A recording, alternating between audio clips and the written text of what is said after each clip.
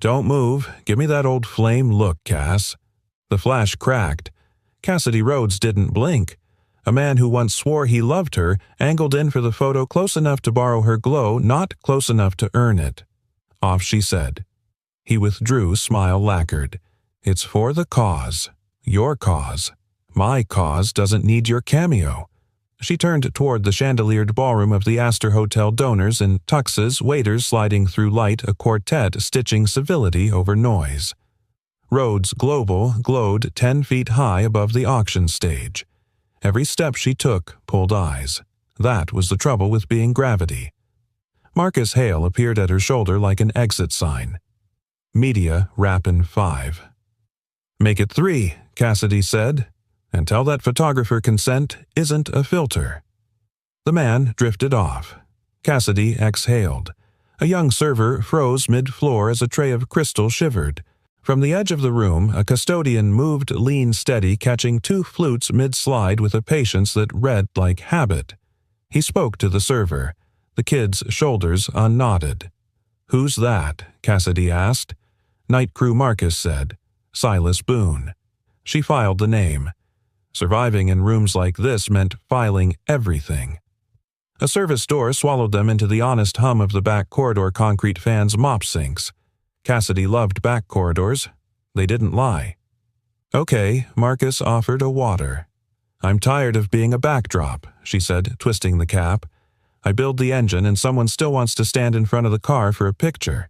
Gala season brings performative philanthropy." Marcus kept his tone soft. "Money doesn't change people," Cassidy said. "It peels the paint off." She took a drink. "Tonight, I watched 3 men try to borrow my reflection, 2 donors barter for a plaque, and a board member ask if compassion was deductible. You raised 8 figures for literacy." "We did," she said, "and I still don't know who in that room believes anything when the cameras go home." Marcus waited. He knew her ice had 2 temperatures, anger and hurt. Tonight, it was both. "What are you thinking?" he asked. "That I'm done guessing," she said. "Give people power and they show you who they are. So let's give some away." Cass 4 cards, she said, already scaffolding it. Black, unlimited. Tied to an oversight account so we see every charge in real time. No guidance, no strings. 72 hours. That is bold, he said, and legally complicated. Draft, airtight releases, Cassidy said. Recipients acknowledge it's a gift, no expectation. We reserve the right to suspend if it turns ugly. Recipients, Marcus asked. Vanessa Cole Cassidy said. Influencer orbiting my table all night. He typed. Vanity with velocity. Clara Jensen, she continued. My strategy assistant. Smart, hungry, already measuring the corner office. Ambition with a spreadsheet. Bianca Torres. Event architect. Brilliant at making things look generous. And the foil, Marcus asked. Cassidy saw again the custodian's hands steadying the server's tray. No theater. Just a small mercy practiced like muscle memory. Someone with nothing to prove and everything to lose, she said. Silas Boone. Marcus waited. Cass optics rich testing pour. Are the point, she said. If money is a blacklight, I want to see every stain and every clean surface we've ignored. He managed a rueful smile. If this leaks, they'll call it an experiment by a billionaire on civilians. It's a gift with supervision, Cassidy said. A mirror, not a trap. I'm done asking people to tell me who they are. I'll watch them show me. Vanessa, Clara, Bianca, Boone. Marcus summarized. Cards by morning. Oversight pings every transaction. Counsel looped. Cassidy nodded. The decision, settled like the good weight of a door, finally shut. They returned for the final appeal. The auctioneer turned arithmetic into theater.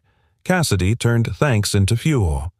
As the room thinned, she watched Vanessa pose beneath the Rhodes Global logo, smile calibrated to the millimeter.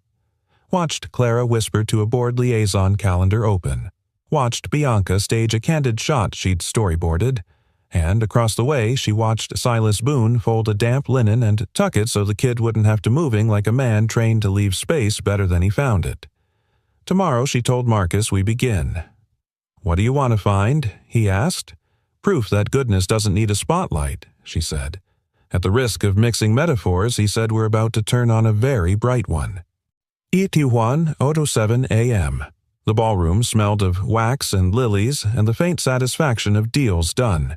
Cassidy sat at a high top near the dark stage with 4 black envelopes under her palm.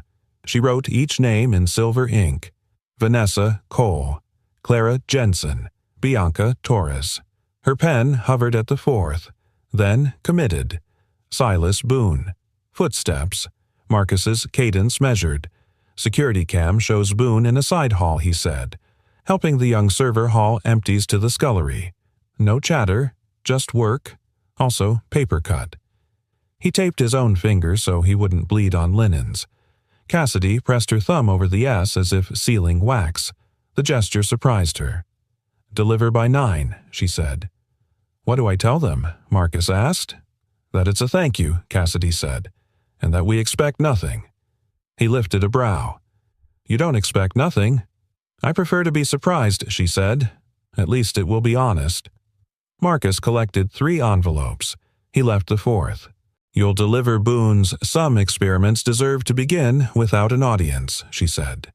They crossed the dark room. Custodial carts whispered. Somewhere, a vacuum droned like distant surf.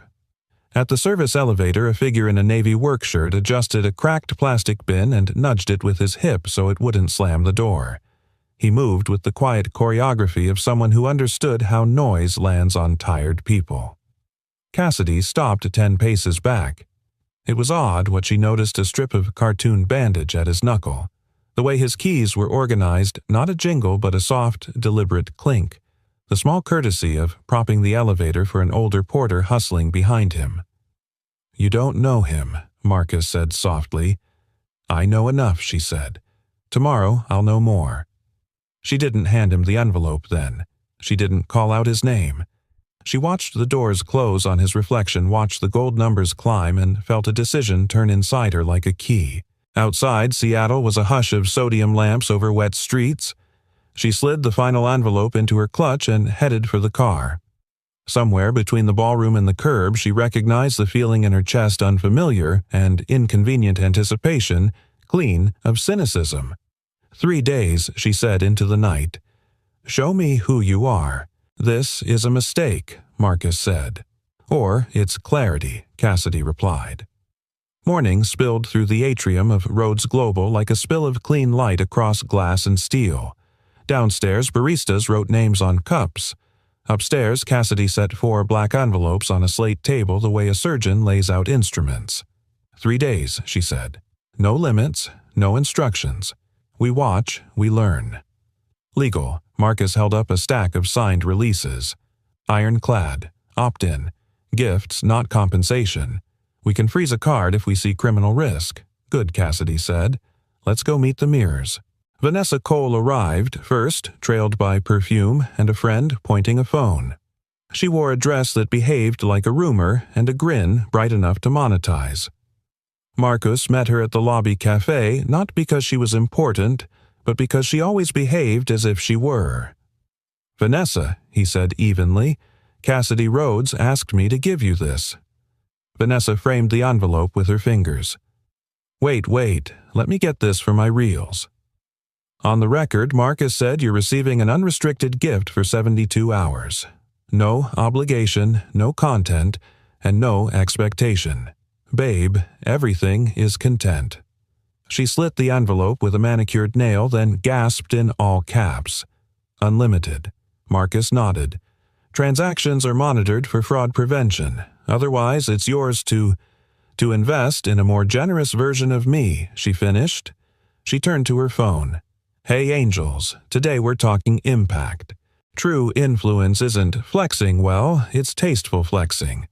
Vanessa Marcus said the camera will remember what you do not, who you say you are. She winked. Relax, I don't buy things, I collect moments. She tucked the card into a crystal clutch, then glanced at the ceiling like it was a mirror.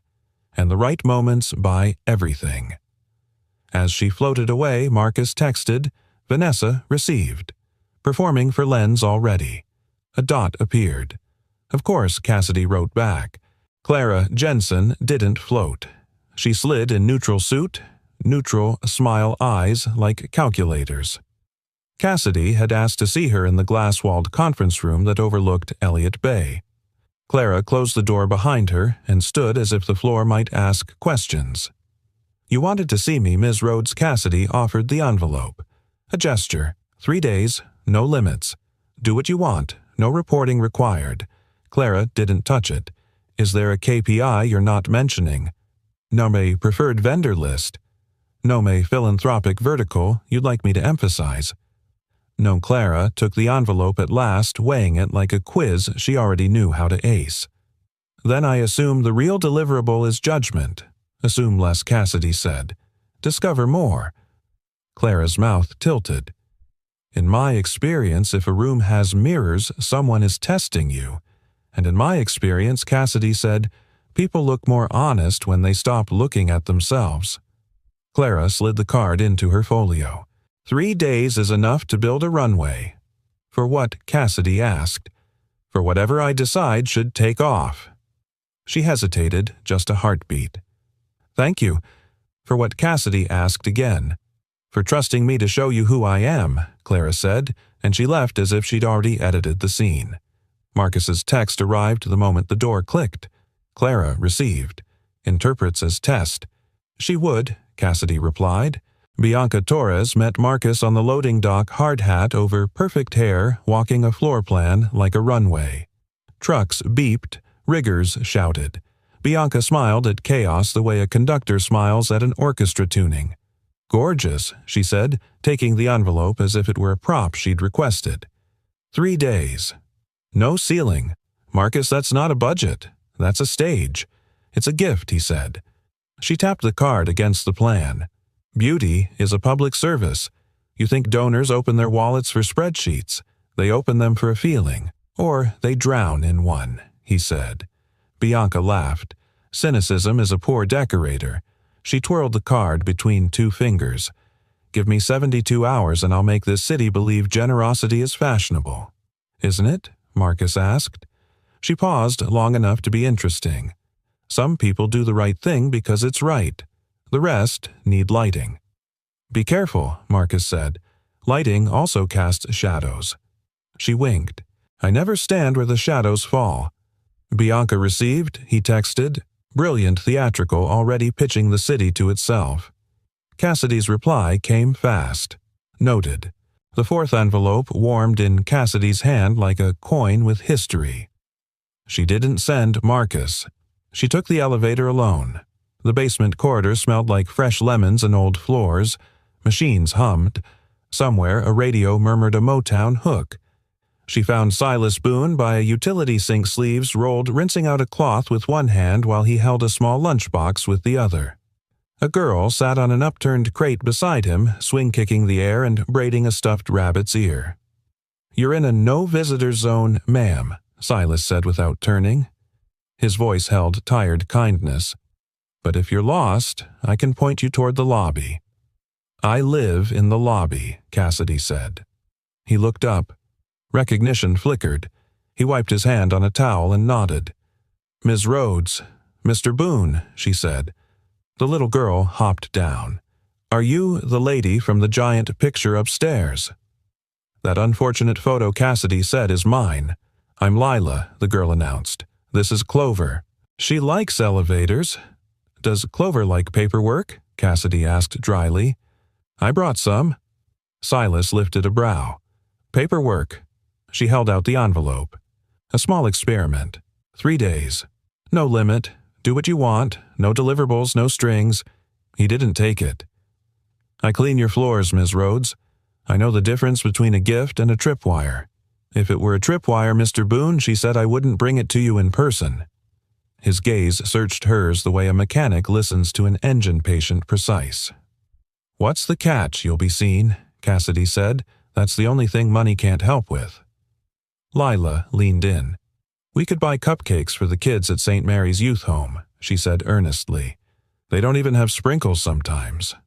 Silas smiled small and unguarded. "We could bug."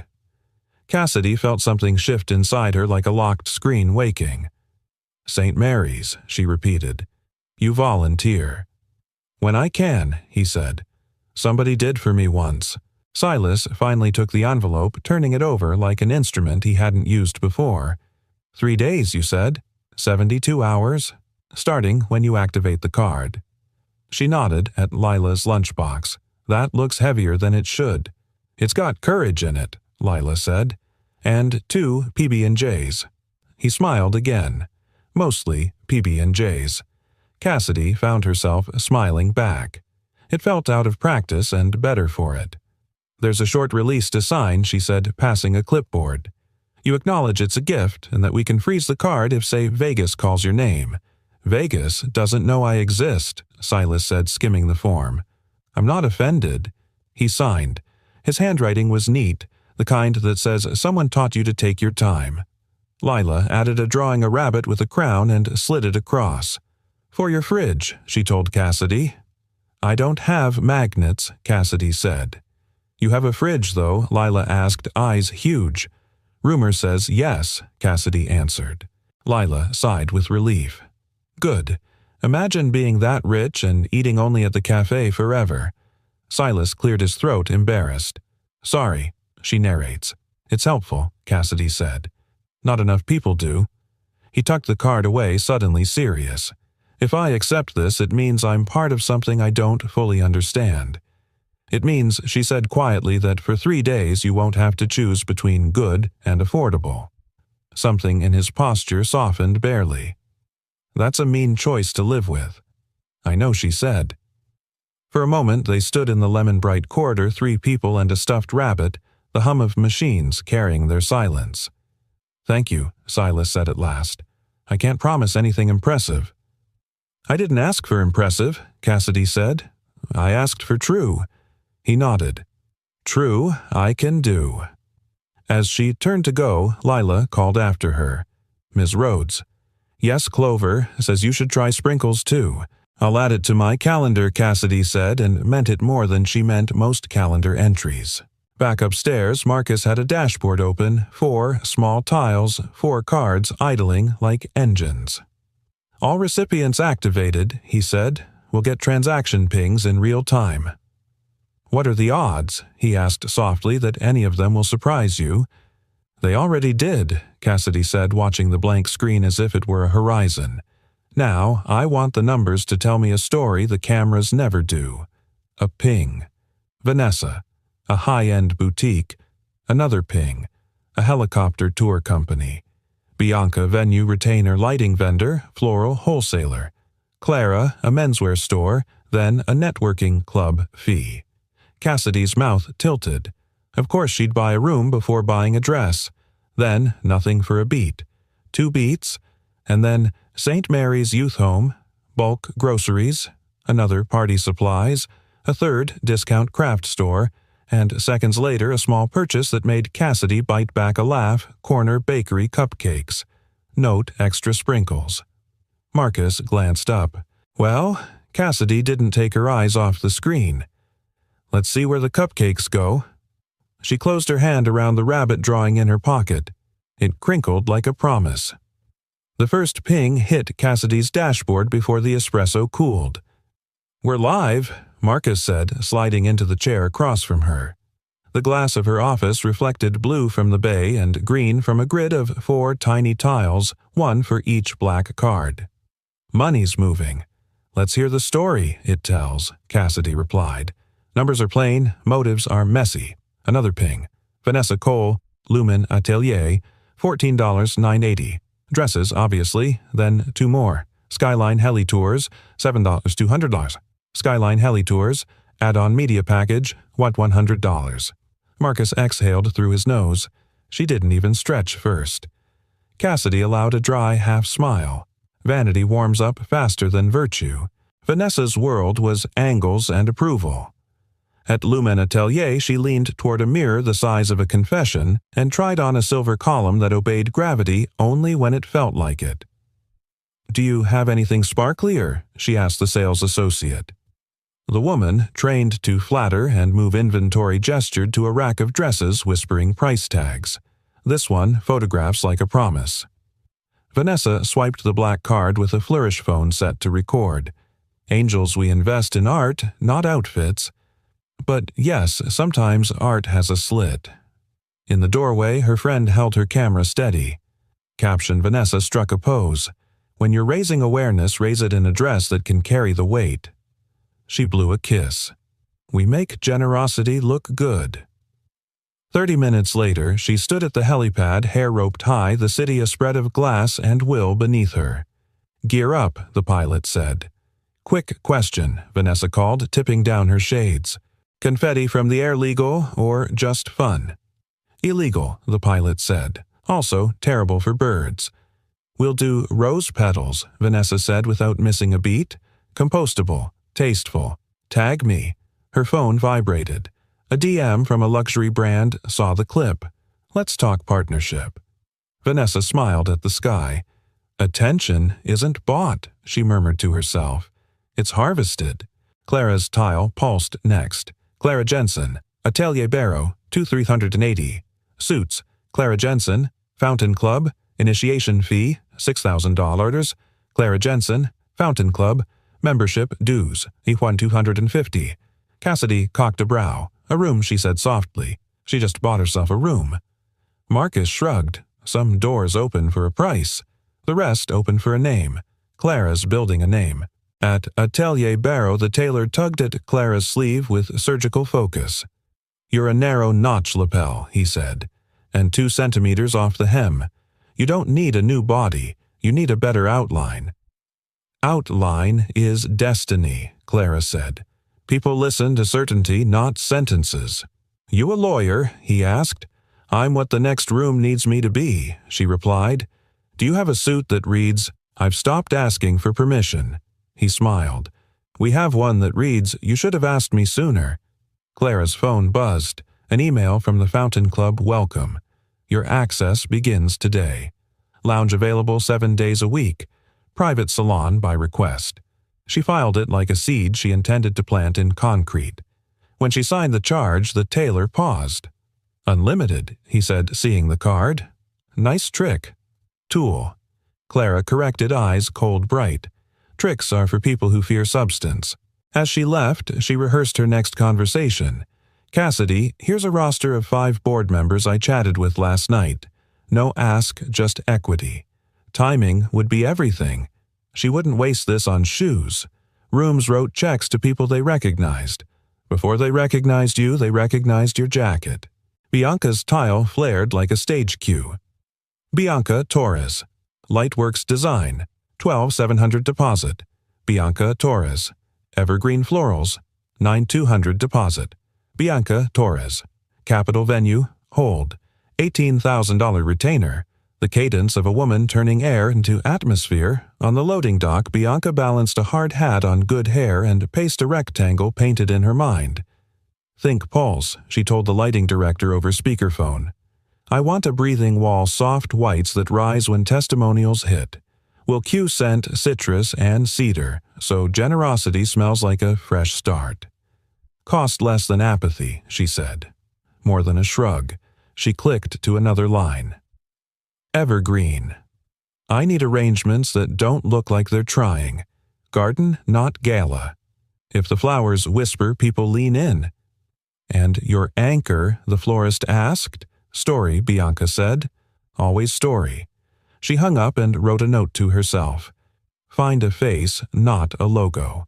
People fund faces. Bianca loved this part, taking a city's short attention span and stretching it into wonder.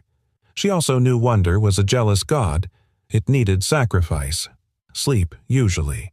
The 4th tile stayed quiet long enough for doubt to nibble. Then Silas Boone, Wholesale Mart, 612.34.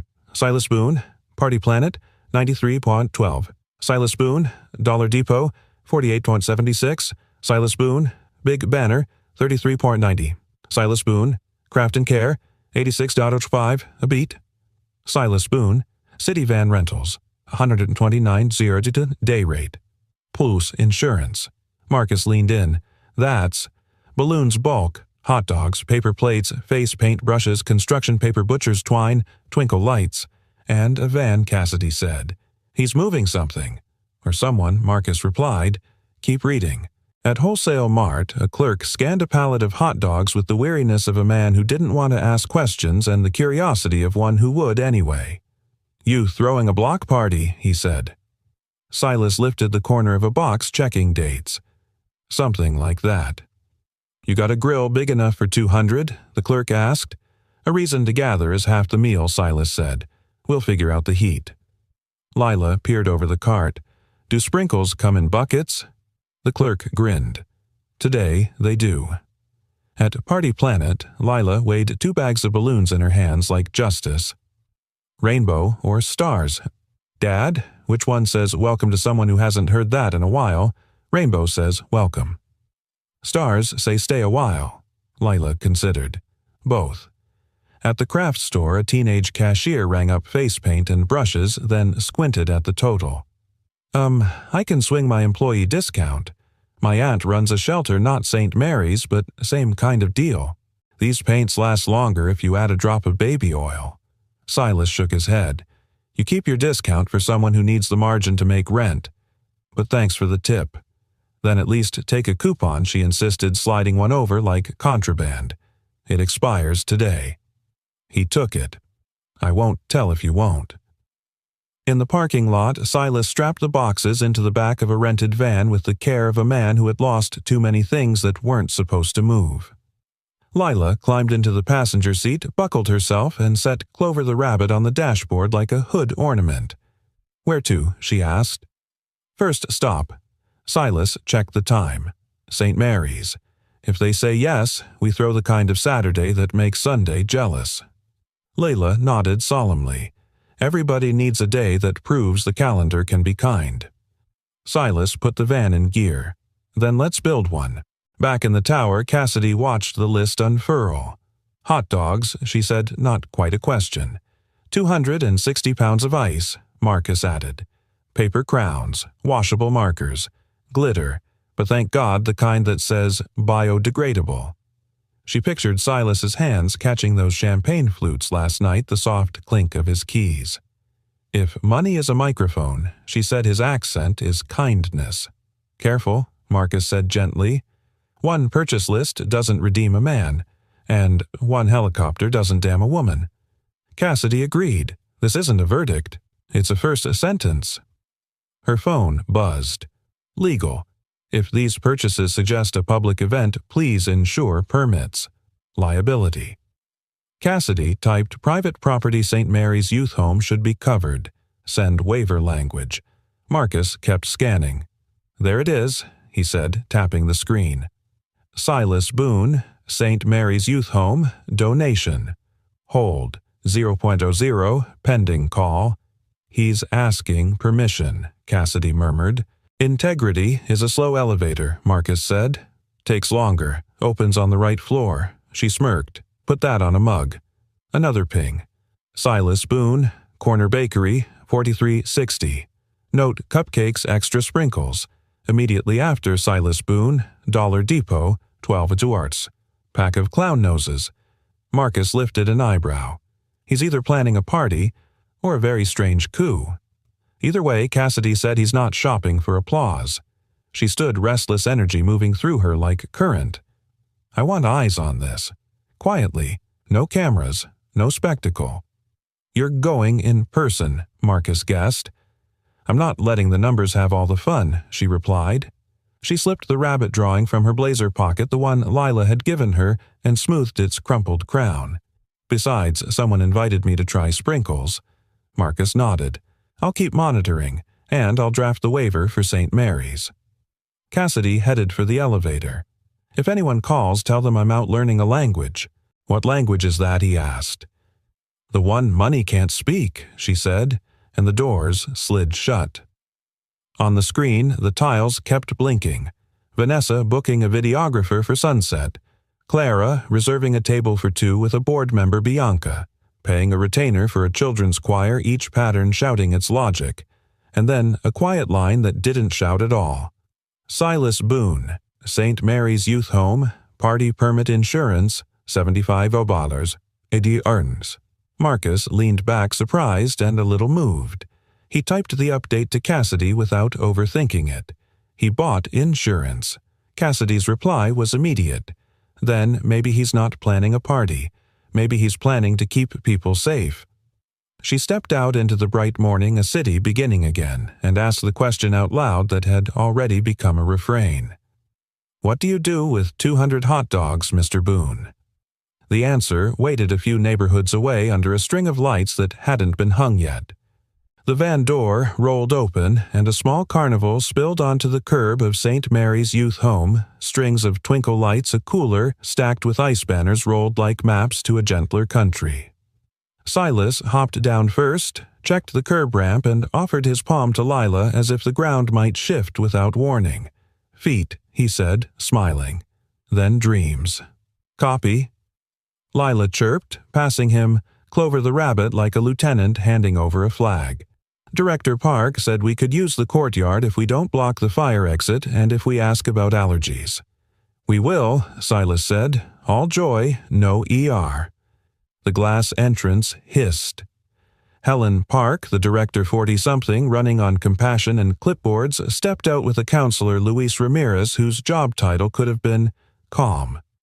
"Morning," Mr. Boone Park said. "I'm told you brought enough hot dogs to feed a small state." "Or a big appetite," Silas said. He held up a binder. "Insurance certificate, waiver language you sent, and a printed list of ingredients.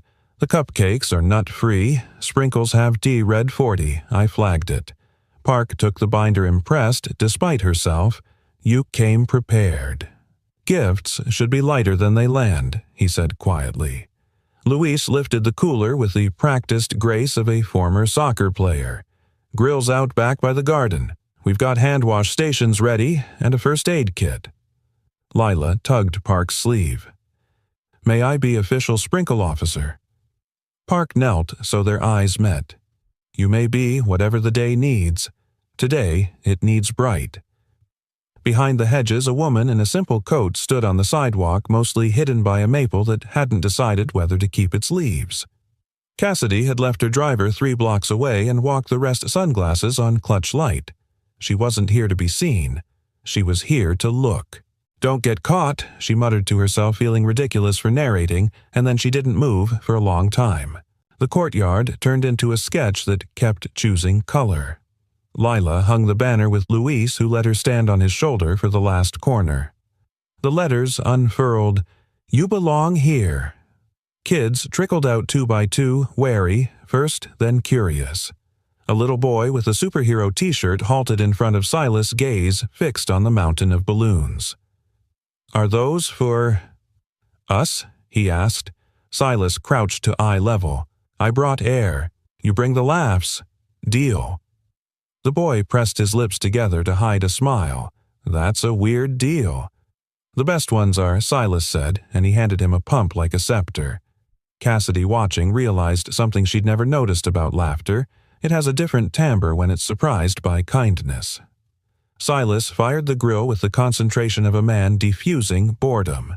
Rule 1, he told Luis Char, is flavor until it's apology. "Good rule," Luis said, flipping a bun. "What's Rule 2? Give the first plate to the kid who hangs back. It tells them you saw them." Kids lined up, hesitant choreography breaking into a line as neat as new notebooks. Lila floated along with a tray of cupcakes like a small planet with sprinkles for stars. Silas worked without hurry and also without waste. Ketchup bottle tucked in his elbow tongs like chopsticks, his feet set as if standing made him reliable. "You want yellow or red?" he asked a girl with braids. She blinked. "What's the difference?" "One is sunshine you can eat," he said. "The other is permission to lick your fingers." "Both," she whispered. "An artist," he declared, and crowned her hot dog accordingly. A balloon popped near the herb garden. 2 kids jumped. A third burst into giggles so contagious the rosemary shook with it. Silas pinched a fresh balloon and leaned down to Lila. "Ready for the big reveal?" She nodded solemnly. "Activate clown protocol." Silas slipped on a red nose and an oversized bow tie Lila had made from butcher paper and tape. The effect was immediate. The courtyard wobbled with laughter. He did a slow pratfall that turned into a roll and popped up with jazz hands that earned him sincere applause. He committed the way he committed to everything that mattered. If you broke your dignity, break it into confetti. Cassidy's smile arrived before she could stop it. A girl around 7 scraped a knee chasing a balloon and sat hard sorrow already swelling in her eyes. Silas saw it from 10 feet. The grill hissed behind him. He turned the flame down and crossed. "Okay," he said softly, kneeling. "Let me see the brave." She swiped at her cheek. "It's stinging." He removed the red nose, pocketed the bow, and made seriousness feel safe. "My mother taught me an old secret," he murmured. "Every scrape has a switch. If we clean it, press the switch and tell it 3 nice things, it heals faster. That's not science," she sniffed. "Maybe," he said. "Maybe it's manners." He cleaned the scrape with a wipe dabbed antiseptic and found a bandage with tiny rockets from a box Lila had decorated. "Switch." He pressed the bandage. "Now, 3 nice things. I'll start. 1. You're sitting up straighter than most senators." "What's a senator?" she asked, intrigued despite the tears. "Someone who should sit up straighter," he said. 2. That shirt is braver than I am. I've never worn that much pink." She giggled. 3. You came to me for help. Brave people ask. He offered his palm. "Now you. Tell your knee 3 nice things." She whispered them into the bandage like a prayer only she needed to hear. The courtyard kept breathing around them, sizzle laughter balloons thudding gently against the sky. Cassidy stood very still behind her maple. Money had taught her many ways to fix things. None looked like this. Luis relit a stern sterno with a flourish and grinned at Silas. "You miss your calling, I'm in it," Silas said. "Most of the world is spill and mop. Sometimes you just switch the order." Park checked the serving table, jotting notes on a clipboard out of habit. "You even brought vegan dogs," she said. "That's a fight. I didn't know I needed someone to win today. Everybody eats at a table that says, 'Welcome,'" Silas answered. "It's the only rule I will argue for at volume." The line thinned. The courtyard shifted from hunger to play. "Balloon swords," Silas announced. A chorus, "Yes." He twisted his fingers, working muscle memory Lila had taught him from 1,000 YouTube mishaps. The first sword looked like a question mark. The second looked like a sword that had learned to listen. By the third, he was a man handing courage to children in a shape they understood. "Knight you," he told a boy in a faded hoodie. "Sir sticks a lot. I'm not a sir," the boy said, chin lifting. Then, "Rise, Captain, sticks a lot," Silas replied. "Captain, outrank, sir." The boy's grin arrived like sunrise. Cassidy moved a few steps closer beneath the pretense of checking a text until she stood at the waist-high fence. A small boy looked over and squinted. "Are you a parent?" "Not today," she said. "You look like the people who point at charts," he said frankly. "I do," she admitted, "but sometimes I like pointing at balloons." He considered this. "You can come in if you wash your hands. Ms. Park says kindness is clean." Cassidy laughed, then surprised herself by following him to the sanitizer pump. She used it like a visitor to a church uses water reverent, even if she didn't know the ritual. Park glanced up startled then, more so when she recognized the visitor. "Miss Rhodes," she said softly, extending a hand. "We didn't expect I wasn't invited," Cassidy said with a small shrug. "I'm trespassing on a good idea." Park's eyes gentled. Then, trespass. Just don't offer money yet. Let them have today. "I brought nothing but hands," Cassidy said. "And maybe sprinkles." Good Park smiled. "We're rich in sprinkles." She gave Cassidy a job that didn't look like a job tie ribbons to the fence so the courtyard looked like a promise kept. Cassidy tied awkward first, then better. Money couldn't teach you knots. Children did. Silas noticed her then. No sunglasses can hide a presence like hers. He didn't startle. He lifted his chin like a salute you could miss if you wanted to. "Ms. Rhodes," he called lightly. "We're violating a number of culinary best practices, such as joy before vegetables," he said. I'll notify the board, she deadpanned. Do, he said, and turned another balloon into a crown. Lila glided up with cupcakes and the authority of a judge. One per kid until seconds. Grown-ups after. Even the very rich kind. Cassidy grinned. Understood, officer. Lila peered at her. You came. I did, Cassidy said. Clover says you kept your sprinkles promise. I did that too. Good, Lila said. Promises are just future memories. If you break them, you break a memory that didn't get a chance. Who taught you that? Cassidy asked. Dad Lila answered like it was obvious. For a long minute, Cassidy could not speak. The day rearranged her interior furniture without asking permission. Luis cued a small Bluetooth speaker. Motown sutured the afternoon together. A boy danced like Joy had hips. Park leaned on her clipboard arms, crossed a queen, satisfied with the state of her small kingdom. Silas set down the tongs and looked over the courtyard with a mechanic's eye and a father's inventory. Everybody fed, he called. Yes, the kids sang back. Everybody seen, he asked. Park's voice matched his. Yes. Silas blew a gentle kazoo flourish through his clown nose. Then we did the hard work. Cassidy stepped back to the fence as the sun slid a gold edge across the buildings beyond. She typed a brief text to Marcus because she didn't trust her voice to carry sense. You were right. Integrity is a slow elevator. Marcus replied 2 dots, and then it always opens on the right floor. Cassidy slipped the phone away and stood there as the world she thought she understood took a deep breath and changed shape. She hadn't intended to help. She hadn't intended to feel. But some rooms refuse to let you be only what you brought with you. Ms. Rhodes Silas said a few feet away, now face half clown, half man. You want a sword or a crown? What do you recommend? For leaders, he asked. A crown. For learners. A sword. She measured him with a gaze that had closed deals and cut checks. Give me a learner's sword, she said.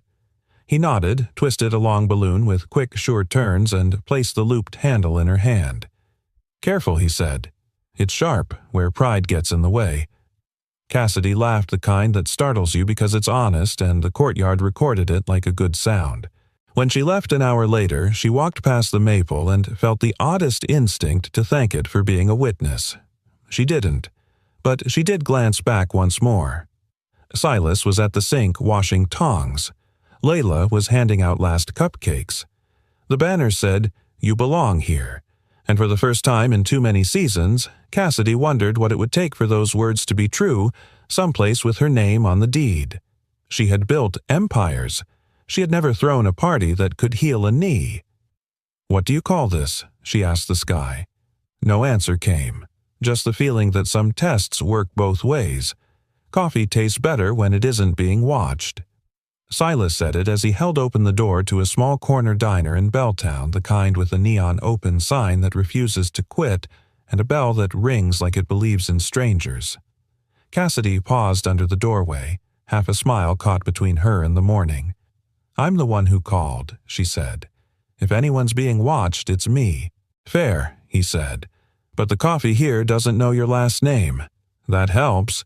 They chose a booth by the window. Vinyl cushions sighed. A server with a pencil behind her ear poured without asking. Cream sugar, she offered. Both, Cassidy said, surprising herself. Black Silas said. Cup, hot life, lukewarm. The server laughed. It'll improve at the second cup, she promised, and moved on. Cassidy wrapped her fingers around the mug as if warmth were a valid argument. Before we start, she said, I need to clear the smoke. Yesterday wasn't a publicity stunt. I didn't bring cameras. I brought curiosity. Silas nodded, patient. And a card. And a card she conceded. If that felt like a tripwire, I'm sorry. It felt like a test, he said. But some tests don't grade you. They tell you what hurts. Did it hurt? He looked at the window where a bus exhaled and a woman in a blue coat hurried by with a plant in her arms like a newborn. I wasn't worried about failing, he said. I was worried about teaching my kid the wrong lesson. What's the right one? That. Money's a tool, not a mirror, he said softly. Hold it too close to your face and you stop seeing anything except yourself. Cassidy sat back. In my world, she said, money is a magnifying glass. It makes every pore public. Maybe that's why the kids yesterday liked you, he said. You washed your hands before you touched their day. She laughed, low and honest. That was Lila's rule. Leela has good rules, he said. She thinks sprinkles are a food group. Clover agreed, Cassidy replied. The rabbit is persuasive. Silas's mouth curved. She got that from her mother. He said it simply. The booth changed temperature. Tell me about her, Cassidy said. He took a breath that held both memory and manners. June, he said. Hair the color of wheat before it's ready. Hands that could fix anything except the one thing that broke. He turned the mug once in its saucer. We were 22 and dumb enough to be brave. She could listen better than I could speak. I was a mechanic at a neighborhood shop. She took night classes and brought me library books with grease on the edges.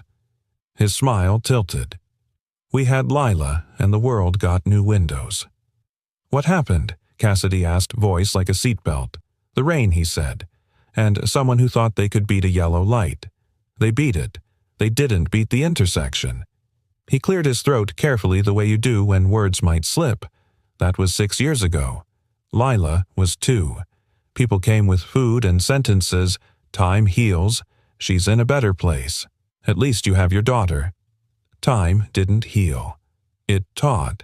And my daughter wasn't, at least. She was a universe I had to learn to navigate without a map. Cassidy's fingers tightened on the mug. I'm sorry. Thank you, he said. There's no receipt for grief. But the words help. How did you... Go on. She hated how thin it sounded and offered it anyway. He looked at her then, steady and kind. You don't go on, he said. You go with. Lost doesn't leave. It learns to ride shotgun. He tapped his keys on the table, 3 keys and a worn-out fob. I kept 2 jobs for a while.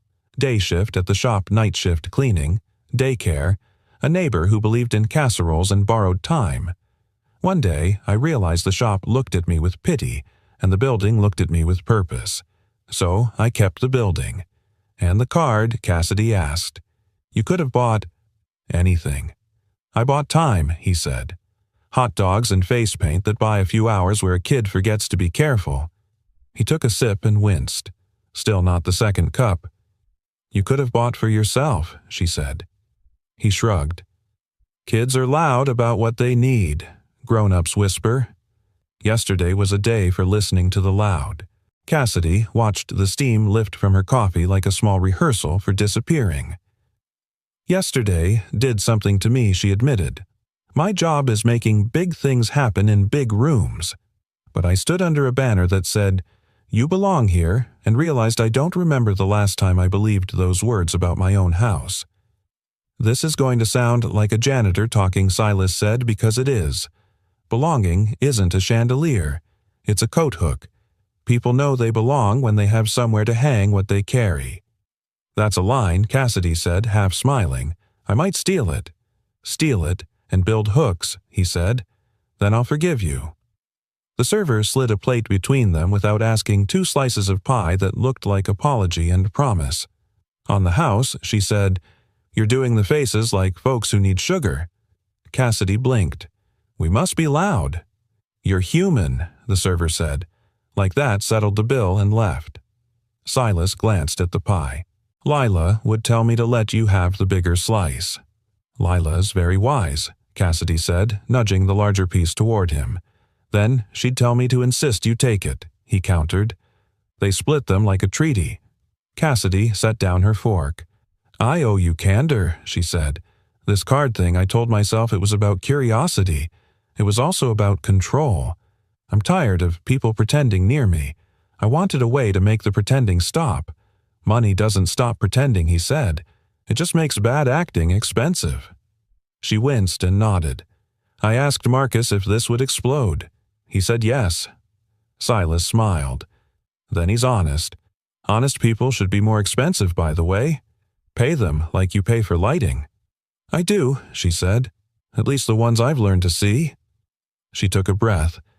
"It didn't occur to me that giving you a card might feel like handing you a trap." "It didn't," he said. "It felt like handing me a mirror. I just made sure it faced the right way. Toward St. Mary's," she said. "Toward anyone who's been told their needs are a favor," he said. "Food isn't a favor. Joy isn't either. They're both maintenance. You speak like a man who fixes things for a living," she said. "I fix what people step on," he said. "Sometimes that's a spill. Sometimes it's a story." Cassidy let that land. "Why did you invite me in?" she asked. "Lila told me to wash my hands and I did. But you could have kept me on the fence." "You didn't come with a camera," he said simply. "You came with pockets. People who come with pockets usually plan to carry something out. You came to carry something in." Heat rose to her face, an emotion she recognized as gratitude pretending to be embarrassment. "I didn't do much." "You did the hard part," he said. "You let them not need you." They ate in the silence of two people not racing the clock for once. "You're not what I expected," Cassidy said finally. He lifted a brow. "What did you expect a man who resents me?" she said. "Or a man who worships me? It's hard to land anywhere between when I pay your building's invoices. I don't worship people," he said. "And resentment is heavy. I have a kid. I carry only what I must." "What do you carry?" she asked. He looked at his keys again. "Responsibility," he said. "Rent. The memory of June that doesn't ask me to be less happy in order to keep her important." He paused. "And Lila's faith that the world isn't a machine built to keep us out." Cassidy's voice dropped. "I wish I had that faith." "You do," he said. "You just store it where auditors can't find it." She laughed soft. "Spoken like a man who understands my calendar. I understand people who wear watches that cost a car," he said. "They don't buy time. They buy reminders." She watched him a long moment. "If you could buy anything today, anything at all, what would it be?" He didn't look away. "A day where my daughter learned something kind about the world that I didn't have to teach her." Cassidy swallowed. "That's not for sale." "Right," he said. "But you can stock the shelves." She sat up, a quiet decision forming at the edge of her voice. "I can't fix yesterday's rain," she said, "but I can change some weather." "Careful," he said, smiling. "I hear climate metaphors are addictive." "I'll risk it," she said. "One more confession, and then I'll let you get to work. I recognized you last night at the gala. You caught 2 flutes before they hit the floor and talked a kid out of quitting. You didn't know I could see you." "I don't do it for the balcony," he said. "I know," she said. "That's why I asked for coffee." He lifted his cup in a small toast. "To sprinkles that don't run out. To hot dogs that don't apologize," she added. They clinked ceramic, and the bell above the door rang as if to bless the joke. When they stepped outside, Seattle had decided on sun. A bus sighed by. Someone argued softly with a parking meter. A dog led a human toward a tree with purpose. Normal, as holy as any hymn. Cassidy reached into her coat and produced a folded paper. "I owe you something," she said. She unfolded Lila's drawing the rabbit with the crown and held it out. "I kept it safe. It's too important for my pockets." Silas accepted it gently as if paper could bruise. "Thank you. And Silas?" "Yeah. I don't have much," she said, choosing the line on purpose, "but I can promise you this. Lila will grow up knowing happiness doesn't need a black card. If I can help stock those shelves, ask." He watched her the way a mechanic listens to a sound to see if it rings true. "I'll hold you to that," he said. "Please do." He turned to go, then reconsidered. "One more thing," he said. "The experiment. If you're going to keep doing it, remember the slow elevator." "I will," she said. "And Silas." "Yeah. Thank you for letting me be a learner." He nodded toward an invisible sword. "Careful," he said. "It's sharp where pride gets in the way." "Then I'll keep both hands on the handle," she said, and the city overhearing quietly agreed to be kinder for the next few blocks. "If you wanted to be seen, Mr. Boone Clara said there are subtler ways than 200 hot dogs." Silas Boone paused in the doorway of the glass-walled conference room. He had come because Marcus texted about a quick form the insurance writer St. Mary's requested after yesterday. He wasn't expecting an audience. Vanessa, in a mirror-bright suit, Bianca with a tube of concept boards under her arm, Clara poised behind a laptop that looked like it might grade the room. Cassidy sat at the head of the table, unreadable. Marcus stood at the side, a notepad and the kind of calm that keeps boats from capsizing. The bay glittered beyond the windows, but the temperature in the room was all air conditioning and posture. "Subtle doesn't always reach kids," Silas answered, setting a manila envelope on the table for Marcus. "They don't hide very well when they're hungry." Vanessa crossed her legs, phone already tilted to capture light. "I mean, cute," she said. "Wholesome. But spectacle is a strategy. If you're trying to impress the boss, there are better producers than Party Planet." Silas looked at her kind and direct. "If I were trying to impress my boss, he said I'd have bought my daughter a piano she can't afford instead of paints other kids could use." A flicker crossed Cassidy's face, recognition, then something like relief. Vanessa scoffed lightly, but the dig landed. Bianca set her tube down and slid out a render-long table's low floral, a stage with clean lines. "There's a reason we make giving feel like a night to remember," she said. "Nights like that open checkbooks. Your pop-up was sweet. It's also a one-day story. Some days, Silas said, are important enough to earn their own short story." He smiled, small and untroubled. "Not every good thing has to be a franchise." Clara clicked her laptop awake. A slide appeared, columns, bullet points, the confidence of font. "We're all on the same page about outcomes," she said briskly. "Optics matter. Ms. Rhodes's brand matters. Public generosity has to scale." She folded her hands. "To scale, it has to be strategy. Emotion is a great opener. It's a poor operator." Silas nodded. "Strategy pays the rent," he said.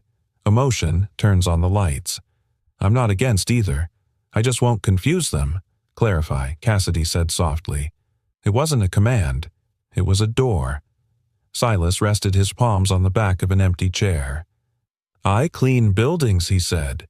"If a pipe bursts, you don't post about towels, you turn off the water and call a plumber. Yesterday was a burst. We didn't need a stage or a hashtag. We needed lunch and laughter and bandages with rockets on them." He lifted a brow, almost apologetic. "I brought towels." Clara's smile thinned.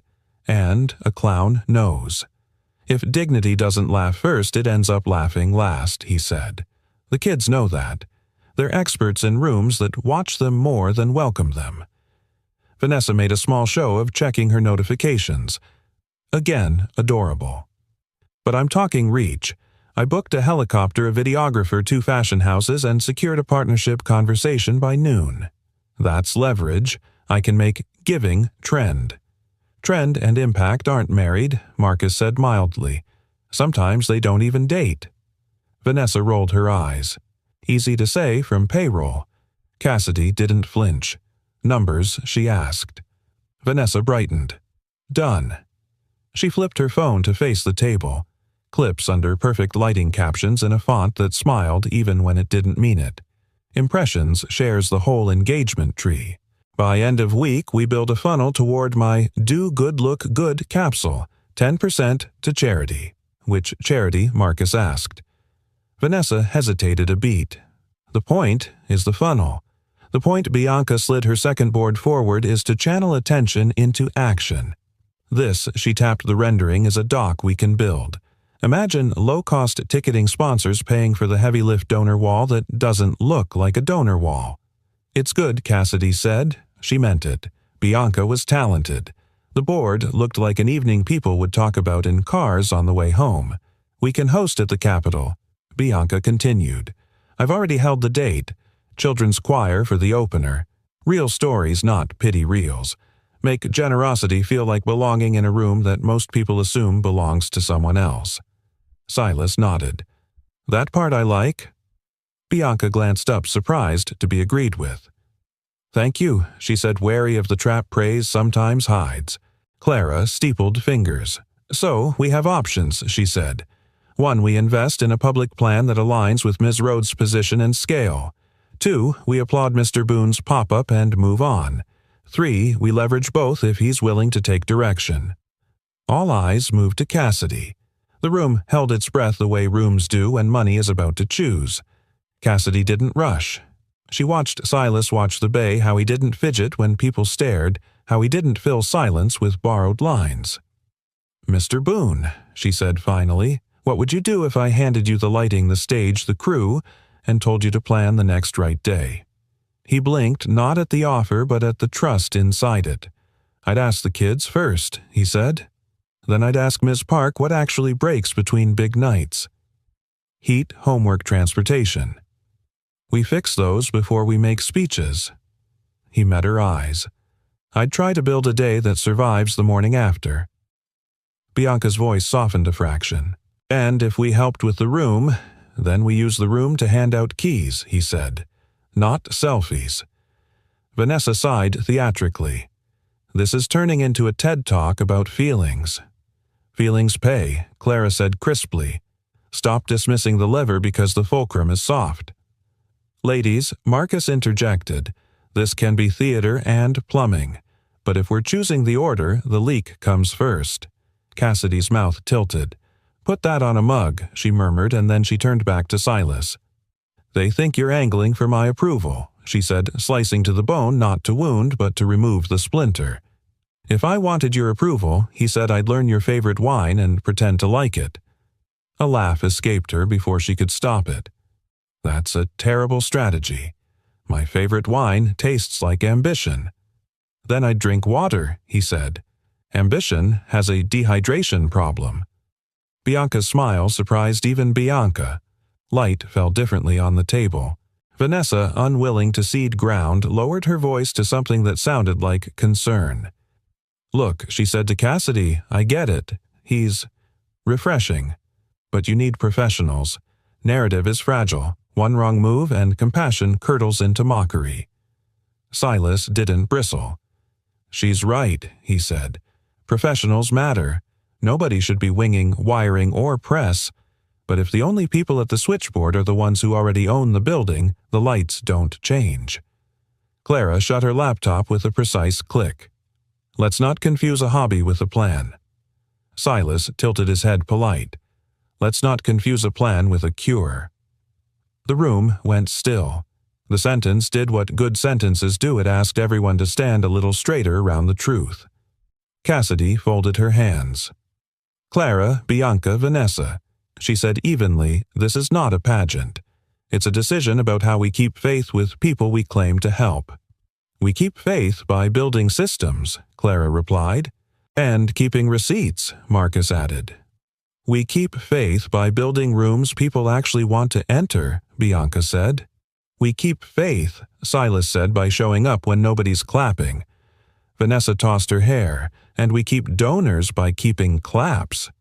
"Then let's ask for both," Cassidy said. "Applause that funds Tuesday." She looked at Silas again. "You said yesterday that food and joy aren't favors. They're maintenance." He nodded. "I have rooms," she said. She nodded at Bianca, "can make them kind." Marcus, keeps us honest. Clara, you keep us efficient and legal. Vanessa, if you want to point cameras, point them at homework being done because a bus voucher got a kid there." Cassidy's voice stayed soft, but it started carrying. "But understand this, if the lens ever becomes the point, it's out." Vanessa made a face halfway between offended and calculating. "I can work with Impact Core," she said. "It tests well." "It lives better," Marcus said. Silas reached for the insurance rider. "I didn't come to make trouble," he said. "You didn't," Cassidy replied. "You brought clarity." He slid a signed copy back to Marcus. "One more thing," he added, glancing at the women and then back to Cassidy. "Grace isn't a PR risk, it's a ledger entry. It always pays out, just not always to you." Clara looked away first. Bianca's eyes softened again and stayed that way. Vanessa typed something with a speed that meant she was already building a new narrative in which she was the protagonist. Cassidy stood. The room followed as rooms tend to follow money. But what they were following just then wasn't money. It was a decision. "We'll reconvene in 48 hours, she said. "Bring me a plan that marries theater to plumbing, and build it so the applause is a side effect, not the goal." Vanessa opened her mouth. Cassidy raised a hand. "And leave the helicopter grounded." Bianca almost laughed. Clara did not. Marcus did quietly into his sleeve. Silas moved toward the door. Cassidy stepped with him into the hall, away from the eyes that read everything as strategy. "Thank you," she said, "for what he asked. For choosing kids over rooms," she said, "and for letting me learn in mine." He nodded toward the bay. "Rooms have windows," he said. "Open one, and the air changes." She stood there after he left, palms flat against the cool of the glass, the city humming like a question she finally wanted to answer honestly. Behind her, the team shuffled papers, guarded their corners, rehearsed new lines. Ahead of her, somewhere in a courtyard that still smelled a little like charcoal and sugar, a banner that said, "You belong here," had not yet been taken down. Marcus joined her. "He didn't come to be impressive," he said. "No," she replied.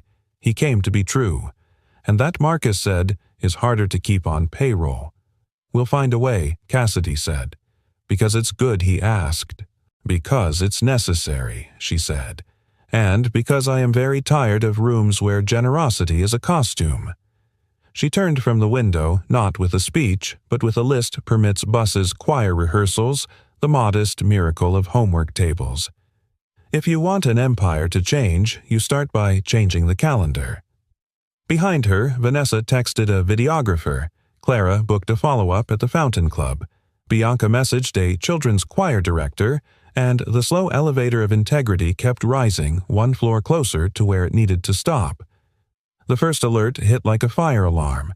"Is your janitor skimming charity money from a billionaire Sound City ledger?" Breaking Marcus read it twice, then a third time, as if repetition might turn rumor into typo. Across the office, Cassidy's phone began vibrating in a steady, punishing rhythm. Her inbox bloomed with subject lines that tasted like metal. "Say it," she told Marcus, eyes on the bay. He did, voice flat. Anonymous sources. Irregular invoices tied to St. Mary's event.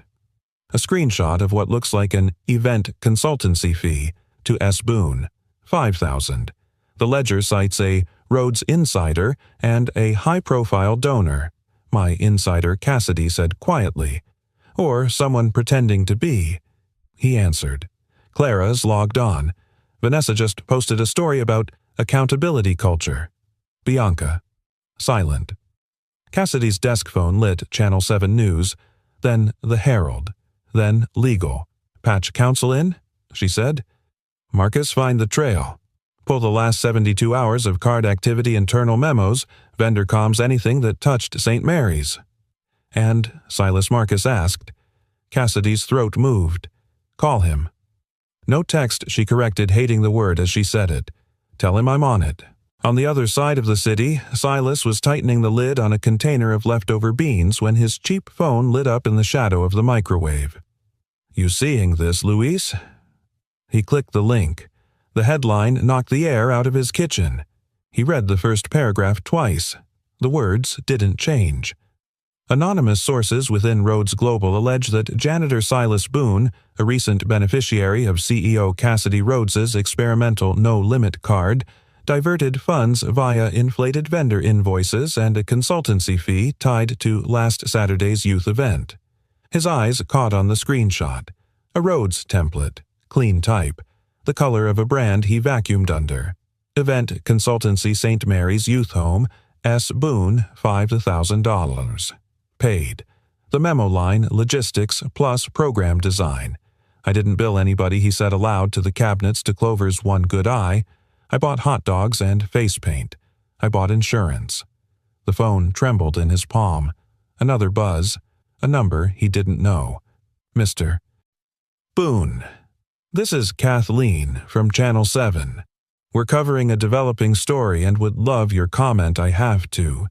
"Pick up my daughter," he said, which was true enough to end the call. He grabbed his jacket, the one with the seam he needed to sew. He was halfway to the door when Lila's drawing clover in a crown fell from the fridge magnet tired. He tucked it into his pocket, then tucked the pocket into his ribs. Outside, the sky had chosen gray. He walked to the bus stop faster than he needed to because sometimes speed is the only thing you can control. At Rhodes Global Legal spoke in the careful cadence of people who know each sentence might be subpoenaed. "Do not comment until we've reviewed counsel," said Tinney over speaker. "We'll retain a forensic accountant today. Any statement now only adds oxygen." Marcus muted. "Oxygen is already plentiful," he said. "This is moving," Wait counsel insisted. "We need facts." "I have facts," Marcus said.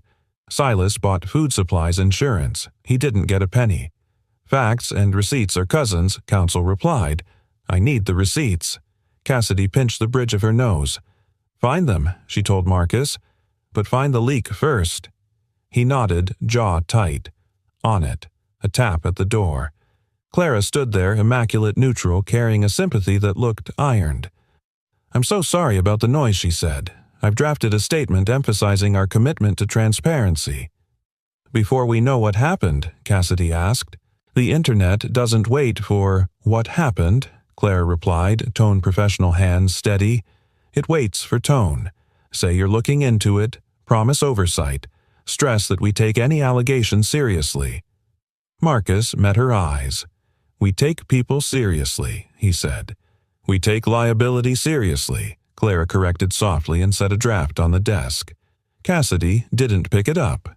At the elementary school gate, a parent whispered loudly enough to count as a statement. Silas pretended to tie his shoe. Words still found him. The Rhodes thing knew it was too good, those types always. He straightened. Lila barreled toward him with her backpack thumping cadence against the only man who didn't need to be convinced to wait. Her smile blurred when she saw his face. "Everything okay?" she asked. He kept his voice even. "We're going to have a quiet night." "Is quiet like sprinkles?" she asked. "Because that sounds boring." "Quiet is like soup," he said. "You don't crave it until you need it." One kid in a puffer jacket pointed cruel without context. "Hey, my mom says you stole from orphans." Lila's chin snapped up. "My dad doesn't steal," she said, and her voice broke a little in the middle. "He returns shopping carts when it rains." Silas put a hand on her shoulder. "Let's go bug." At the corner, he crouched to eye level. "Someone wrote a bad story about me," he said. "We'll fix it. Until then, guess what? What chowder," he said. "And a movie where the dog wins." "Dogs always win," she said. "Not always," he said. "But today, they do." Back at Rhodes, Vanessa's video hit 250,000 views by mid-afternoon. She looked studio-lit and contrite in a way that sold skincare. Friends she began generosity must be accountable. That's why I'm calling for full transparency around recent spending. I believe in giving, but not in blind giving. If I'm going to put my platform behind a cause, I need receipts. We all do. I hope Rhodes Global agrees. She didn't say Silas's name. She didn't have to. The comments did the rest, knew it. They always game the system. "Janitor, please." Someone clipped a photo of Silas's laugh at St. Mary's and slapped on a caption that made it look like he was counting money. Bianca texted Cassidy a single line. "This feels wrong." Then, after a long pause, "What do you need?" Marcus finally traced the invoice, a template cloned from Rhodes PR metadata, scrubbed sent from a throwaway domain. The vendor signature didn't match the bakery's owner. The font in the memo line was off by half a point. "Amateur or arrogant," Marcus said. Or both, Cassidy answered, and the thought coiled into shape who had access to templates, who had motive, who had called for tone when truth was the ask. She didn't say the name forming in her chest. Names needed proof. Her phone rang. Channel 7 again. She let it ring. Legal's caution sat on her tongue like a coin she couldn't spit out. "Say something," Marcus whispered. "Not to them. To him." She stared at the screen until the call died. Then she typed, "I'm with you. Gathering facts. Don't say anything to press." "See." The 3 dots pulsed, then stopped, then pulsed again. "Thanks. I wasn't planning to talk. I was planning to work. Essie, she typed. Deleted. Typed again. Deleted. Again. She didn't see Silas walk into the lobby until the receptionist drew herself up like a question mark. He stood at the desk with Lila's hand tucked in his sleeves, rolled eyes tired but clear, the way a man looks when his character is under audit. Miss Rhodes, the receptionist, said into the handset, "Mr. Boone is here." Cassidy met them by the elevators. The three of them stood for a second in a triangle of complicated. "Your office." Silas said gentle, "Please." Inside, Marcus closed the door and turned off the notifications as if quiet might save what noise had broken. Silas set a small cloth bag on the table. The sound of keys inside it was softer than the moment deserved. Badge, codes, keys to the East Freight and the 8th floor supply. "Don't," Cassidy said too fast. He didn't sit.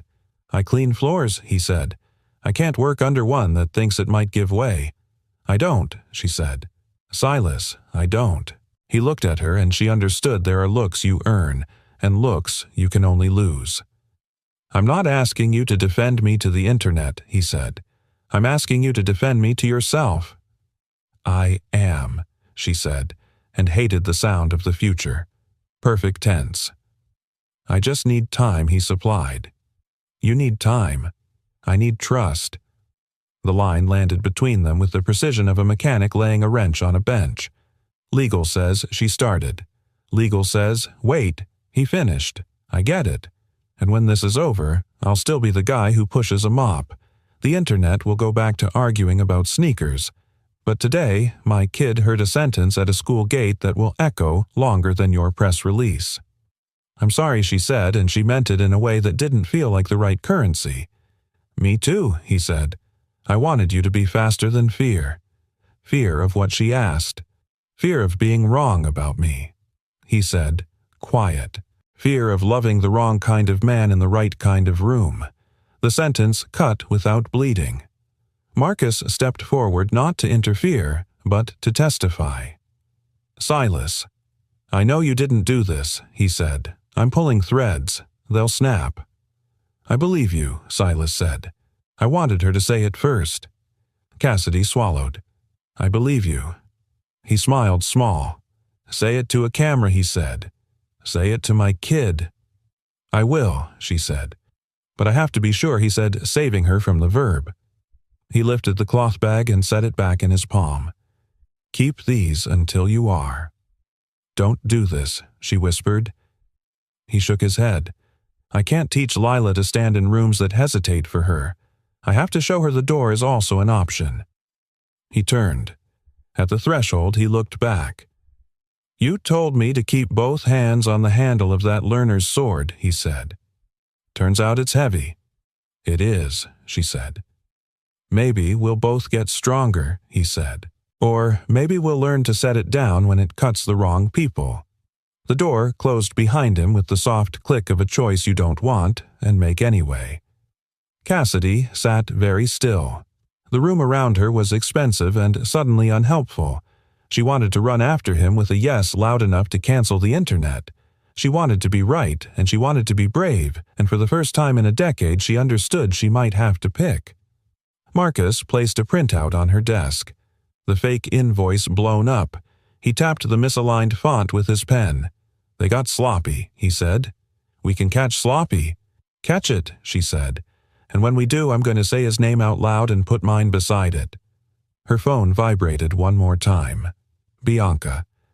"If you need a stage to do this right, I'll build it. No flowers, just light." Vanessa posted again. "Grateful to partner with brands who care about transparency," she cooed. "We deserve better from our heroes." Clara emailed a revised statement. "We will cooperate fully with any inquiry." Cassidy deleted it. Then she opened a new draft. 4 words. No comma, no hedge. "We stand with Boone." She didn't send it. Not yet. But it glowed there, a sentence waiting for a spine. Outside, the city kept being itself, buses, sirens, kids racing. Cassidy stared at the words until they imprinted, then closed the laptop like a vow she hadn't earned. Sometimes the slow elevator stalls between floors. Sometimes it needs somebody to pry the doors and climb.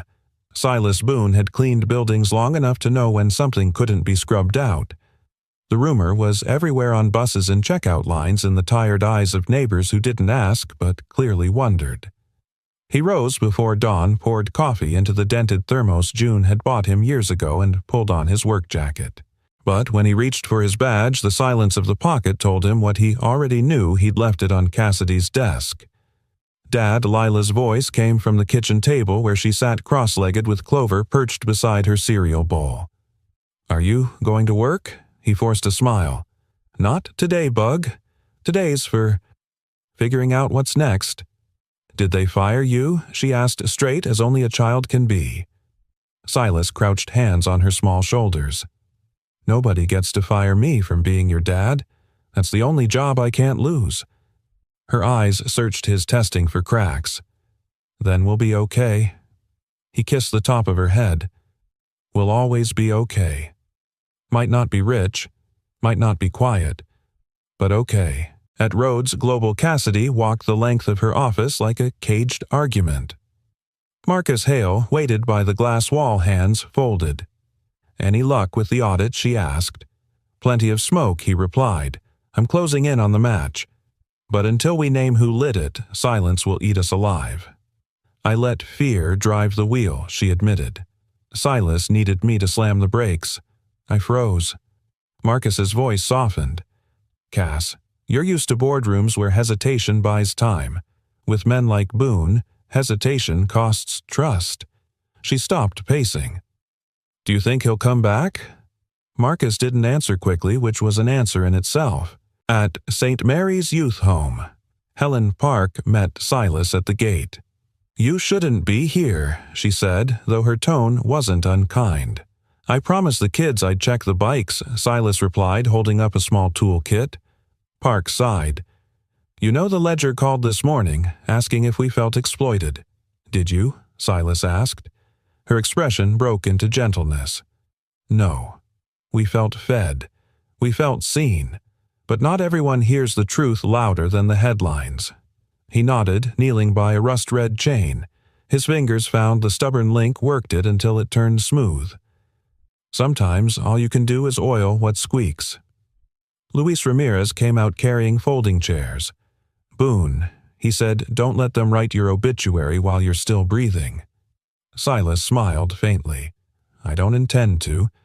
But right now the internet writes faster than I live." Meanwhile, Vanessa Cole filmed another clip in a studio white room.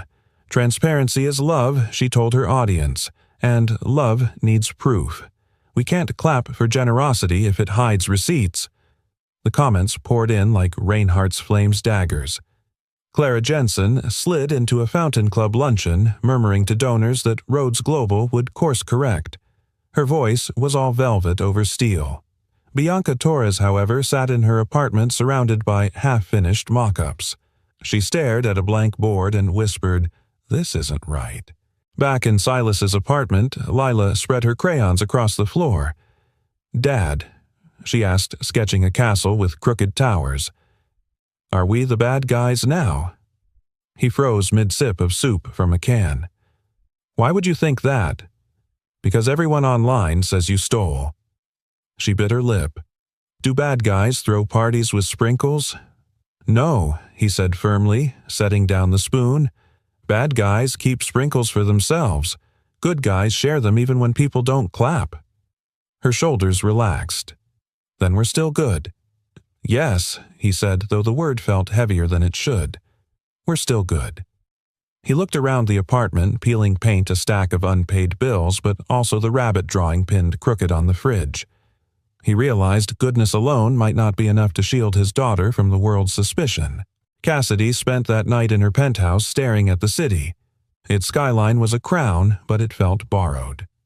Marcus's words echoed hesitation costs, trust. She picked up her phone 3 times to call Silas and each time set it down. Finally, she dialed Bianca. "Tell me the truth," Cassidy said without preamble. "The truth is, the man bought balloons and hot dogs and made orphans feel like kings." Bianca said, her voice rough. "If that's theft, then we should all plead guilty." Cassidy closed her eyes.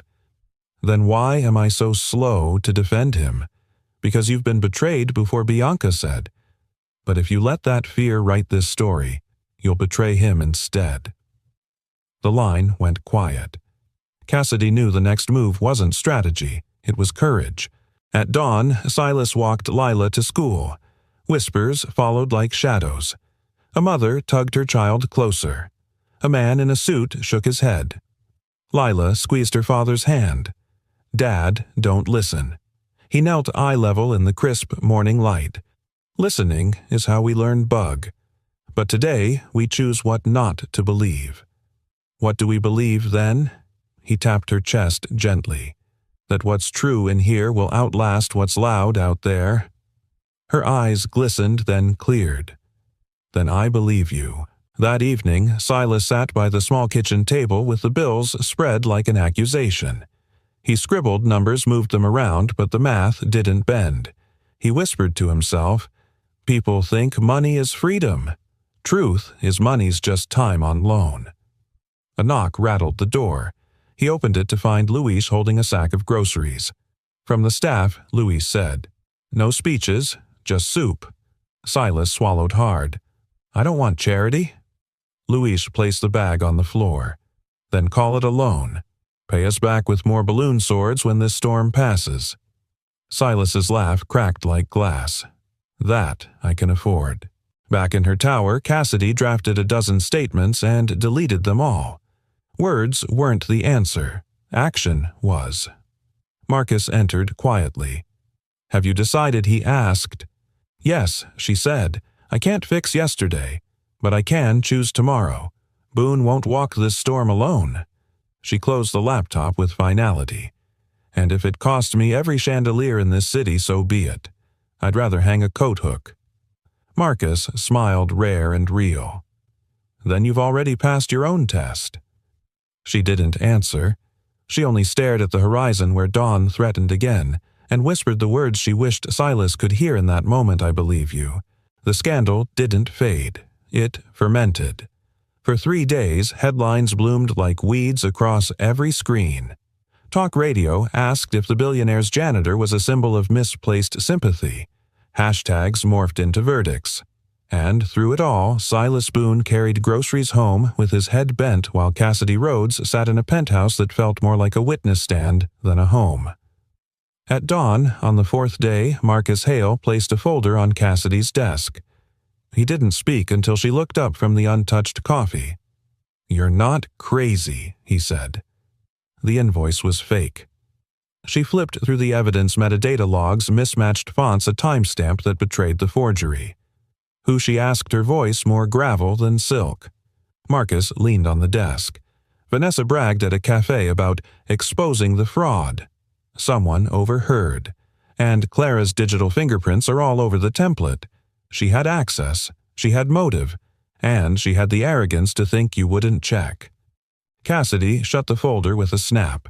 So the execution was sloppy, but the intent was precise. "They wanted him gone," Marcus said, "and they wanted you to doubt him." Cassidy pressed her hands together. They succeeded in both. Silence spread heavy until she spoke again. "What does that make me, Marcus?" He didn't soften the blow. "It makes you human, and it makes you late." Cassidy exhaled long and uneven. "Then I'll be early for what comes next." That evening, Cassidy pulled into the cracked parking lot of St. Mary's Youth Home. Children darted around the yard with paper kites, their laughter cutting through the dusk. She hadn't come with cameras or staff, just herself, a folder under her arm, and the weight of choices on her shoulders. Helen Park met her at the gate, arms folded. "You've got nerve showing up here." "I've also got proof," Cassidy said, holding out the folder. Park didn't take it. "Proof doesn't heal what your silence cost him," I know, Cassidy admitted, "but it might heal what comes next." From the yard, Silas spotted them. He set down a wrench he'd been fixing a loose swing chain and walked over Lila, trailing with her rabbit tucked tight. His face was calm, but his eyes carried storms. "Why are you here?" he asked, voice low. Cassidy swallowed. "Because I owe you the truth. And an apology." Silas waited. Vanessa and Clara forged the invoice, she said. Marcus traced it. We have the evidence. I'll clear your name publicly, but that doesn't erase that I doubted you when it mattered. Lila looked up at her father, confusion clouding her innocent gaze. See, Daddy. You didn't steal. No bug, he said softly. I didn't. Then to Cassidy, his voice sharpened. You think proving I'm not a thief fixes the fact that I had to watch my daughter hear it first? Cassidy's throat tightened. No, but it's where we start. For a moment, the only sound was children's laughter carried on wind. You told me once Silas said that money shows who people really are. Well, scandal shows it too. And when it showed me you, I saw silence. Cassidy's eyes stung. You're right. But I want to show you something else now. Courage. Faith. A choice to stand with you even when the world won't clap. Helen Park finally spoke quieter now. If you mean that, Ms. Rhodes, then don't bring speeches. Bring action. Cassidy nodded. Then action it is. The next morning, Cassidy confronted Vanessa Cole at a rooftop brunch. Cameras surrounded them. Influencers glittered like sequins in the sun. Vanessa purred, rising for a hug that Cassidy didn't return. So, good to see you. I was just telling my followers that healing begins with accountability. Cassidy dropped the folder on the table. Then you'll love this. It's full of accountability. Signed by you. Vanessa's smile faltered. What's this supposed to... It's the invoice you bragged about, creating Cassidy cut in her voice loud enough for the nearest camera to catch. I hope your followers like the truth as much as filters. Gasps rippled across the rooftop. Someone's phone stopped mid-record. Vanessa's face drained of its gloss. Cassidy turned on her heel, leaving the folder behind like a verdict. That afternoon, she entered Clara Jensen's office without knocking. Clara looked up from her desk, lips pressed into a patient smile. Ms. Rhodes. Clara began. I was just drafting the next statement. Save your words, Cassidy snapped. She tossed another file onto the desk. Your keystrokes, your metadata, your betrayal. I trusted you with my voice, and you used it to silence a man who never asked for anything but honesty. Clara's smile didn't waver, but her eyes hardened. Cassidy, think carefully.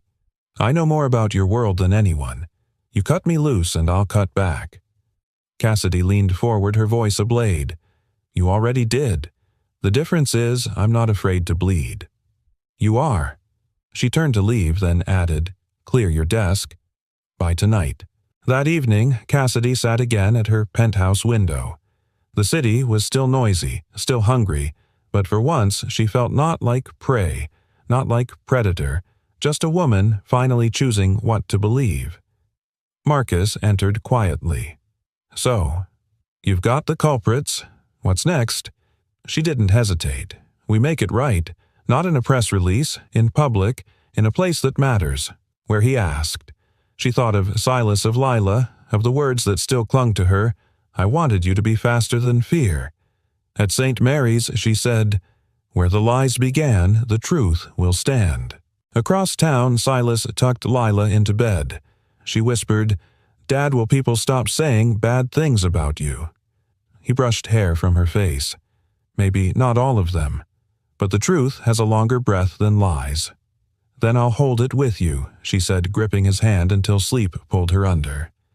Silas sat in the dark a long time, her words echoing in his chest. He didn't know what tomorrow would bring, but for the first time since the storm broke, he felt the faintest shift like a door cracking toward light. The gymnasium at St. Mary's smelled of chalk dust and popcorn. Its peeling banners had witnessed decades of dodgeball games, but today, rows of folding chairs transformed it into a courtroom of truth. Reporters lined the back cameras, balanced on their shoulders. Children peeked through doorways wide-eyed at the spectacle. Cassidy Rhodes stood at the podium, the same woman who had once promised herself never to kneel. Now she adjusted the microphone with hands that trembled not from fear of cameras but from the weight of finally choosing sides. Thank you for coming, she began, her voice steady, though her pulse thundered. I asked you here not in a ballroom or boardroom, but in the place where lies began to grow, and where the truth will now take root." She unfolded the folder Marcus had handed her. "3 weeks ago, my company issued 4 cards for an experiment I created. I believed money would reveal character. It did. Not in the way I expected, but in the way I needed. 2 individuals, Vanessa Cole and Clara Jensen, chose deception. They fabricated invoices to frame an innocent man. Gasps rippled through the room. Reporters scribbled. Vanessa, seated at the back in sunglasses far too large for the dim gym, crossed her arms, her jaw tight. Clara was conspicuously absent. Cassidy continued, her voice sharpening. The man they tried to destroy was Silas Boone, a janitor, a father, a man who used his card not for himself but for children who have less than nothing. They smeared his name and I. Her voice cracked just slightly. I allowed doubt to silence me. The silence in the room deepened. She pressed on. That silence was my failure, and I stand here to say I was wrong. At the edge of the gym, Silas Boone shifted, holding Lila's hand. The little girl squeezed his fingers. "She's telling the truth, Daddy," she whispered. Cassidy's eyes found his across the room. Mr. Boone didn't steal. He gave. He gave joy food, laughter, dignity. While I measured costs, he measured children's smiles. Today, I returned to him not only his good name, but my apology. I failed to trust the one person who deserved it most. She closed the folder and bowed her head, not theatrically, but with the humility of someone unaccustomed to bending. Cameras flashed, but for once Cassidy didn't hear them. Silas rose slowly. The room parted as he walked forward, Lila clutching his hand until she let go her stuffed rabbit tumbling to the floor. He stopped a few feet from the podium, his presence quiet, yet enormous. "You think words fix this?" he asked, his tone gentle but unyielding. Cassidy swallowed. "No, but they begin to. And I will not stop until action finishes what apology cannot." Silas studied her. "Do you know what Lila asked me the day this broke, what she whispered? She asked if we were the bad guys now." His eyes burned not with anger but with the ache of memory. "Do you know what it's like to look at your child and not have an answer?" Cassidy's throat closed. "I do now." The words hung there raw and fragile. Lila broke the tension, darting forward to grab Cassidy's hand. "If you're sorry, then you can be good again. Daddy says grace always pays back." The crowd melted at her innocence. Even the reporters lowered their pens. Silas exhaled, long and tired. He looked at his daughter, then back at Cassidy. "She has more faith than either of us." Cassidy's eyes glistened. "Then let her faith lead us." The room stilled as if the walls themselves wanted to hear his reply. Finally, Silas nodded once. "All right, but this isn't about me. It's about them." He gestured to the children craning their necks at the doorway. "If we're going to do something, we do it for them." Cassidy straightened, resolve crystallizing. "Then, from this day forward, Rhodes Global will fund a community trust for St. Mary's and beyond, managed not by executives but by teachers, parents, and workers like Mr. Boone. My money may build it, but their hands will shape it." The crowd erupted applause, shouts, even tears. For the first time, Cassidy didn't feel like the richest person in the room. She felt like the most human. Silas bent down to pick up Lila's stuffed rabbit. He dusted it off, then held it out to her. She beamed and clutched it tight. Before he could step back, Cassidy whispered just for him, "Let me prove this isn't a performance." He met her gaze, cautious but open. "Then prove it where no cameras follow." "I will," she promised. Lila tugged his hand. "Daddy, can we stay? She looks lonely." Silas looked at Cassidy, then at his daughter. "Maybe for a while," he said. And for the first time in weeks, Cassidy allowed herself to breathe. The truth had not only cleared a name, it had cracked open a door. And sometimes that was all redemption needed to begin. 6 months later, the penthouse no longer felt like glass and marble, it felt like a home. The long dining table, once set only for silent dinners, Cassidy Rhodes ate alone now, overflowed with noise and warmth. Bowls of mashed potatoes and roasted chicken passed from hand to hand. Children from St. Mary's laughed as they clattered forks against plates. Marcus poured lemonade into cups with the precision of a maitre d'. Even Bianca Sleeves Rolled helped serve dessert she'd baked herself. At the head of the table sat Silas Boone, his daughter Lila nestled beside him and across from him, Cassidy, her posture softer, her eyes brighter, her walls gone. "Daddy, can you pass the rolls?" Lila asked her, tone playful, eyes mischievous. Silas chuckled, handing her the basket. "Careful, Bug. You'll eat all the bread before the pie comes out." "Bread is just pie training," she announced, and the table erupted with laughter. Cassidy watched her, the girl who had been at the center of every choice Silas had made, and felt something settle inside her like roots taking hold. She leaned forward. "Lila, I have a question." The little girl tilted her head. "What?" Cassidy's voice softened. "Would it be all right if... Sometimes you called me Mom." The table quieted, every ear waiting. Lila blinked, then grinned so wide it lit the whole room. "I already do," she said matter-of-factly. "In my prayers." Cassidy's breath caught tears glimmering. Silas reached across the table, his calloused hand finding hers. For a long moment, words weren't necessary. Finally, Silas spoke, voice steady, carrying the kind of weight that lingers in the heart. "Cassidy, your money can build skyscrapers and it can build schools. But it was your courage that built this table. And it's faith, not fortune, that keeps us sitting at it together." Cassidy squeezed his hand. "Then let's keep building. Together." The children clapped as if they understood, and in some way they did. Marcus lifted his glass. "To second chances," he said. To second chances, the room echoed voices overlapping in a chorus of hope. Bianca dabbed her eyes discreetly with a napkin. "To families," she added softly. Silas looked at Lila, then at Cassidy, then at the faces around him. "To homes," he said simply. The toast rang true. Later that night, after the children had dozed off in guest rooms filled with blankets and stuffed animals, Silas stood by the window. The city stretched beneath him, restless and bright. Cassidy joined him, her arm brushing his. "You ever think we'd end up here?" she asked. He smiled faintly. "I thought I'd end up wherever Lila needed me. Turns out she needed you too." Cassidy leaned her head against his shoulder. "And you." He turned, pressing a kiss to her forehead. "I needed a reminder that faith isn't foolish, that love doesn't ask for credentials. It just asks for courage." They stood there in silence, the kind that doesn't press but protects, the kind that says everything without saying anything. Behind them, the table was still set, crumbs and laughter lingering in the air.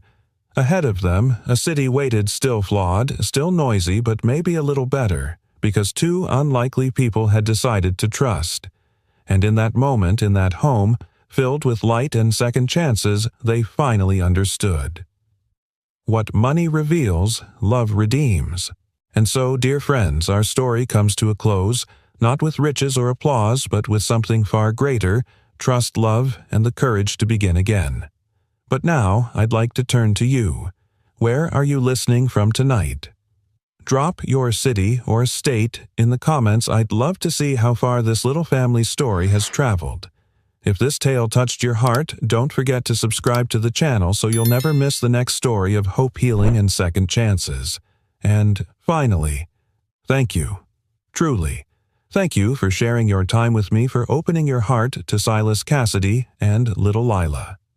Until next time, may your days be filled with kindness, and may you never stop believing in the quiet miracles that change lives.